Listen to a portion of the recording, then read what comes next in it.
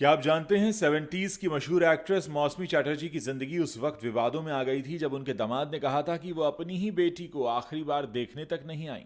काफी देर तक इंतजार करने के बाद पायल का उनकी बेटी का अंतिम संस्कार कर दिया गया। अब हाल ही में दिए गए एक इंटरव्यू में मौसमी चैटर्जी ने बताया है कि एक समय ऐसा था जब वो अपनी बेटी के मरने की दुआ मांग रही थी।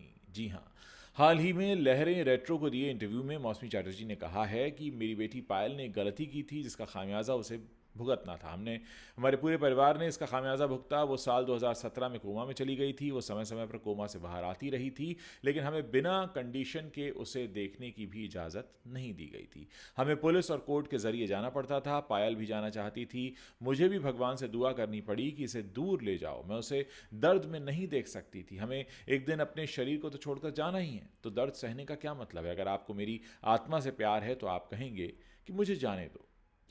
इस कहानी के बारे में कहा जाता है कि इनके दामाद ने इन पर कई संगीन आरोप लगाए थे और पूरा का पूरा मामला कोर्ट पहुंच गया था। आपको बता दें कि मौसमी चैटर्जी की बड़ी बेटी पायल की शादी एक बिजनेसमैन डिकी सिन्हा से हुई थी। मौसमी चैटर्जी और डिकी का परिवार बिजनेस पार्टनर था। कुछ समय बाद बिजनेस में हुए मनमुटाव से दोनों परिवारों के बीच दूरियां आ गईं। इसी समय मौसमी चैटर्जी की बेटी पायल कोमा में चली गई।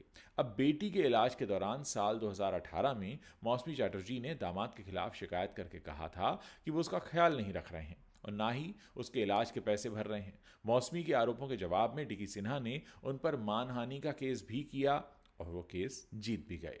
तब से ही दोनों परिवारों के झगड़े इतने बढ़ गए कि जब साल 2019 में पायल का 30 महीने तक कोमा में रहने के बाद निधन हुआ तो मौसमी उन्हें आखिरी बार देखने तक नहीं गईं। इस बारे में डिकी ने कहा था कि सभी उनके आने का इंतजार कर रहे थे, लेकिन वो नहीं आईं। हालांकि उनकी बेटी और पति अंतिम संस्कार में शामिल हुए थे।